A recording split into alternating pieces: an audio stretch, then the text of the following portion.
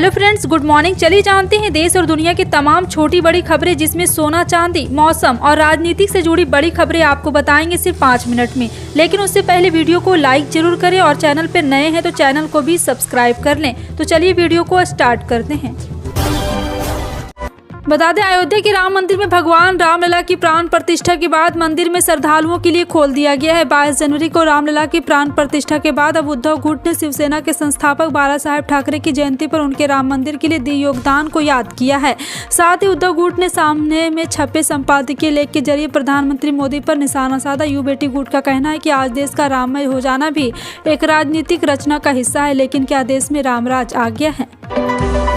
बिहार में बड़ी सियासी हलचल हुई। मुख्यमंत्री नीतीश कुमार मंगलवार को अचानक बिहार के राज्यपाल से मिलने राजभवन पहुंचे। इस मुलाकात के दौरान नीतीश के साथ जदयू के वरिष्ठ नेता और मंत्री विजय चौधरी भी मौजूद थे।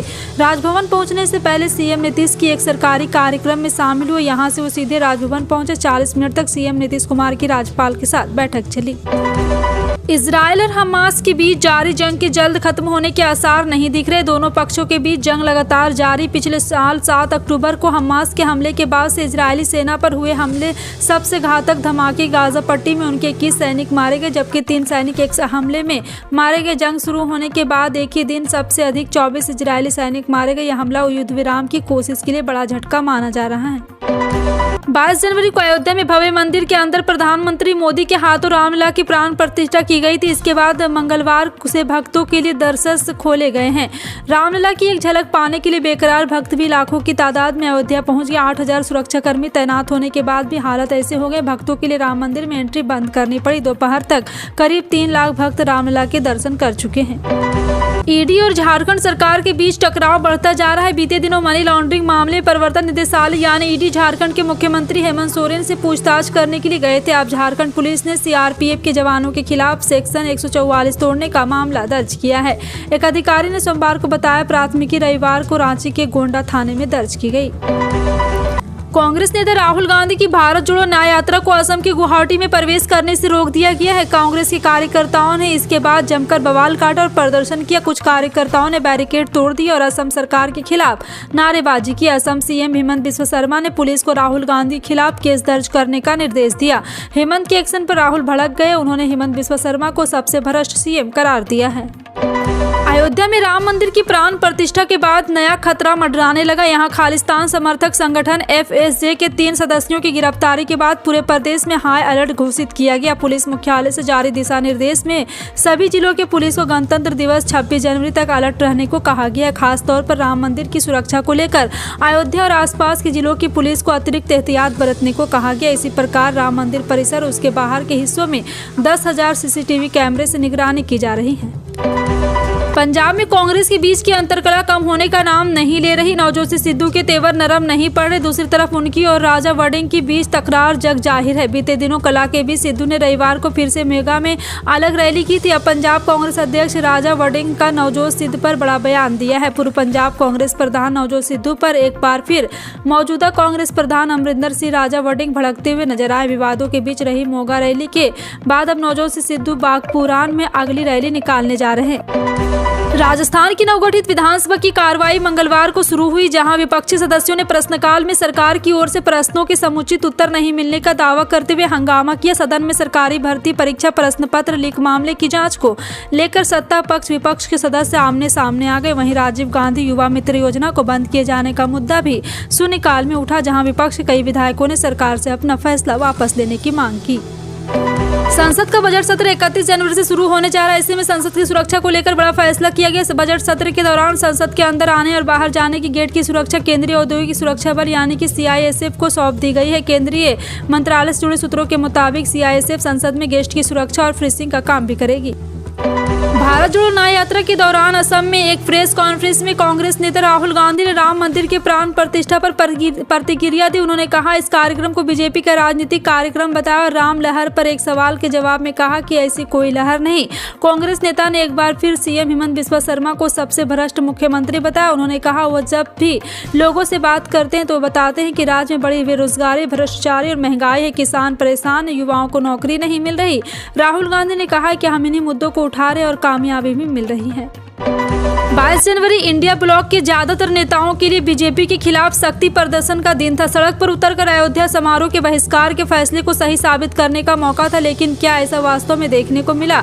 एक बारगी तो बिल्कुल नहीं, कुछ कोशिशें जरूर हुई, लेकिन एकजुटता की हर तरफ बिखराव ही नजर आया। कुछ तो बिल्कुल चुप रहे, कुछ थोड़ा बहुत बोले जरूर, और इस बीच ममता बनर्जी, अरविंद केजरीवाल अलग अलग ध्रुवों पर नजर आए। उत्तर प्रदेश के अयोध्या में भव्य राम मंदिर का उद्घाटन हो चुका है। हजारों करोड़ों की लागत से बनाया गया यह मंदिर दुनिया भर के लोगों के लिए आकर्षण और आस्था का केंद्र बन गया। इस मंदिर को बनाने में बहुत से लोगों ने दान दिया है। मंदिर बनने में केंद्र और राज्य सरकार का पैसा भी नहीं लगा है। देश के सबसे अमीर शख्स मुकेश अंबानी ने राम मंदिर ट्रस्ट को 2,51,00,000 रुपये का दान दिया है। देश में लोकसभा चुनाव की तैयारियां शुरू होने लगी है। मतदाता सूची की अपडेट करना शुरू कर दिया। 2024 लोकसभा चुनाव से पहले राज्य चुनाव आयोग ने अंतिम मतदाता सूची प्रकाशित कर दी। आयोग की डेटा रिपोर्ट के मुताबिक 2019 लोकसभा चुनाव की तुलना में इस बार युवा वोटर्स की संख्या बढ़ी है। दरअसल बिहार, कर्नाटक, आंध्र प्रदेश, दिल्ली, उत्तराखंड में मतदाताओं की संख्या बढ़ी और महिलाओं की भागीदारी भी बढ़ने की संभावना है। झारखंड के निवासियों को 2 राज्य सरकार की तरफ से बड़ी खुशखबरी देने की प्लानिंग पर काम किया जा रहा है। राज्य के मुख्यमंत्री हेमंत सोरेन ने अपने संबोधन में कहा, लोगों को जल्द ही 50 साल की उम्र में पहुंचने पर वृद्धा पेंशन देने पर काम कर रहे हैं। उन्होंने ये भी कहा है कि पहले प्रधानमंत्री आवास योजना के तहत 1.5 लाख रुपये मिलते थे, लेकिन अब इस योजना के तहत 2 लाख रुपये का फायदा मिलेगा। आपकी योजना, आपकी सरकार, आपके द्वार कार्यक्रम के शिविर में 30 लाख आवेदन आए थे। सुप्रीम कोर्ट के वकील जय आनंद देहद्राई को सीबीआई ने तलब किया है। तृणमूल कांग्रेस नेता महुआ मोइत्रा के खिलाफ भ्रष्टाचार के आरोप की जांच के मामले में जय आनंद देहद्राई की जांच एजेंसी ने तलब किया। सीबीआई ने उनको गुरुवार को पूछताछ के लिए बुलाया। जांच एजेंसी महुआ को लेकर उनसे सवाल जवाब करेगी। बता दें कि महुआ मोइत्रा को संसद में घूस लेकर सवाल पूछने के मामले में लोकसभा से सस्पेंड कर दिया गया था। महुआ मोइत्रा पर संसद में सरकार के खिलाफ सवाल पूछने के बदले बिजनेसमैन दर्शन हीरानंदी से 2 करोड़ रुपए नकद और लग्जरी गिफ्ट समेत रिश्वत लेने का आरोप लगा था। इंटरनेशनल मार्केट में कच्चे तेल की कीमत $80 प्रति बैरल के करीब है। हालांकि लंबे समय से पेट्रोल डीजल के रेट राष्ट्रीय स्तर पर स्थित है। 23 जनवरी 2024 की बात करें तो भारतीय बाजार में राष्ट्रीय स्तर पर पेट्रोल डीजल की कीमतें स्थिर है, जबकि विभिन्न राज्यों के शहरों में तेल की कीमत में मामूली परिवर्तन देखने को मिल सकता है।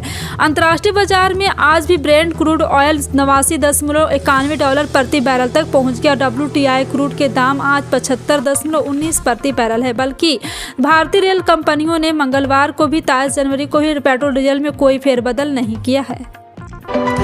अगर आप सोना चांदी खरीदने के लिए बाजार जा रहे तो आप पहले मंगलवार का ताज़ा भाव जान लें, क्योंकि 23 जनवरी को सोने चांदी की कीमत में फिर मामूली सा बदलाव आया। 23 जनवरी को 2024 को 22 कैरेट सोने का दाम 57,950, 24 कैरेट का दाम 63,200, 18 ग्राम 47,410 रुपये पर ट्रेंड कर रहा था। वहीं 1 किलो चांदी का भाव 75,500 रुपये चल रहा था। मंगलवार को 22 कैरेट सोने की कीमत की बात करें तो भोपाल और इंदौर में 10 ग्राम सोने की कीमत 57,750 रुपये है। बता दें, जिन भी किसानों ने अब तक अपना KYC पूरा नहीं किया है वे 31 जनवरी से पहले ये काम पूरा कर ले, नहीं तो आने वाले किस्त आपके खाते में नहीं आएगी। ऐसा नहीं करने वाले किसानों की पात्रता रद्द कर दी जाएगी। साल भर में PM किसान सम्मान निधि योजना की 2-2 हज़ार रुपये की 3 किस्त आती है, जिससे पहली किस्त अप्रैल में, जुलाई महीने के बीच, दूसरी किस्त अगस्त से नवंबर महीने के बीच आती है। साथ ही साथ आपको बता दें कि ज़्यादा से ज़्यादा इस योजना का लाभ किसानों को देने के लिए पात्र परिवारों के लिए विकसित भारत संकल्प यात्रा के विशेष शिविरों का आयोजन सभी ग्राम पंचायत मुख्यालय पर किया जा रहा है। अभी तक जिन लोगों ने पंजीकरण नहीं कराया वे CSC या ई-मित्र की सहायता से आवेदन कर सकते हैं। राजस्थान सरकार ने वहां के किसानों से योजना से जुड़े सारे अपडेट KYC करने को कहा है। गेहूं चावल लेने का बदला नियम, अंगूठा नहीं लगाने पर नहीं मिलेगा राशन। 18,000 परिवारों का राशन कार्ड नहीं बन रहा। पात्र गृहस्थी अंत्योदय राशन कार्ड के सत्यापन में लगे कर्मचारी अपात्र नहीं खोज पाए। बता दें कि पात्र गृहस्थी व अंत्योदय राशन कार्ड का कोटा फुल हो जाने के कारण 18,000 परिवारों का राशन कार्ड नहीं बन रहा है। पात्र गृहस्थी अंत्योदय राशन कार्ड के सत्यापन में लगे कर्मचारी अपात्र नहीं खोज पा रहे। सार्वजनिक वितरण प्रणाली के तहत गरीब कल्याण अन्न योजना के तहत 5,40,000 परिवारों के पास पात्र गृहस्थी, 65,000 परिवारों के पास अंत्योदय राशन कार्ड है। इन्हें हर माह 1,789 कोटेदार के माध्यम से मुफ्त गेहूं चावल मिलता है। इनमें 1 लाख से अधिक लाभार्थी अपात्र जो बंगला, गाड़ी व कोठी के मालिक होते हुए गरीब कल्याण योजना का लाभ ले रहे हैं। इनकी पहचान के लिए पूर्ति विभाग ने सत्यापन कराया, लेकिन इसमें खाना पूर्ति हो गई। बता दें कि उत्तराखंड के अधिकतर क्षेत्रों में अधिकतम तापमान सामान्य से 4 से 6 डिग्री सेल्सियस कम बना हुआ है। पर्वतन क्षेत्रों में धूप खिल रही है, लेकिन सुबह शाम पाला गिरने से कड़ाके की ठंड बनी हुई। 25 जनवरी तक प्रदेश में पश्चिमी विक्षोभ सक्रिय हो सकता है। प्रदेश के अधिकतर क्षेत्रों में अधिकतम तापमान सामान्य से 4 से 6 डिग्री सेल्सियस कम बना हुआ है। उत्तराखंड में घने कोहरे के मैदानी क्षेत्रों में समस्या बनी हुई। कोहरे के कारण दोपहर बाद ही सूर्यदेव के दर्शन हो पा रहे हैं। पर्वतीय क्षेत्रों में धूप खिली रही, लेकिन सुबह शाम पाला गिरने की कड़ाके की ठंड बनी रहेगी। और आपको बता दें कि यहाँ अल सुबह वातावरण घना कोहरा छाया रहा। कर्मचारी और पेंशन भोगियों के लिए राहत भरी खबर है। जल्द ही उनके महंगाई भत्ते में वृद्धि की जा सकती है। इसके साथ उनके वेतन में बड़ा इजाफा देखा जा सकता है। न्यूनतम वेतन में वृद्धि की तैयारी की जा रही है। माना जा रहा है कि जुलाई से दिसंबर तक के लिए AICPI आंकड़े के आधार पर उनके महंगाई भत्ते को बढ़ाया जाएगा। उनके महंगाई में 3 से 4% की वृद्धि होनी है।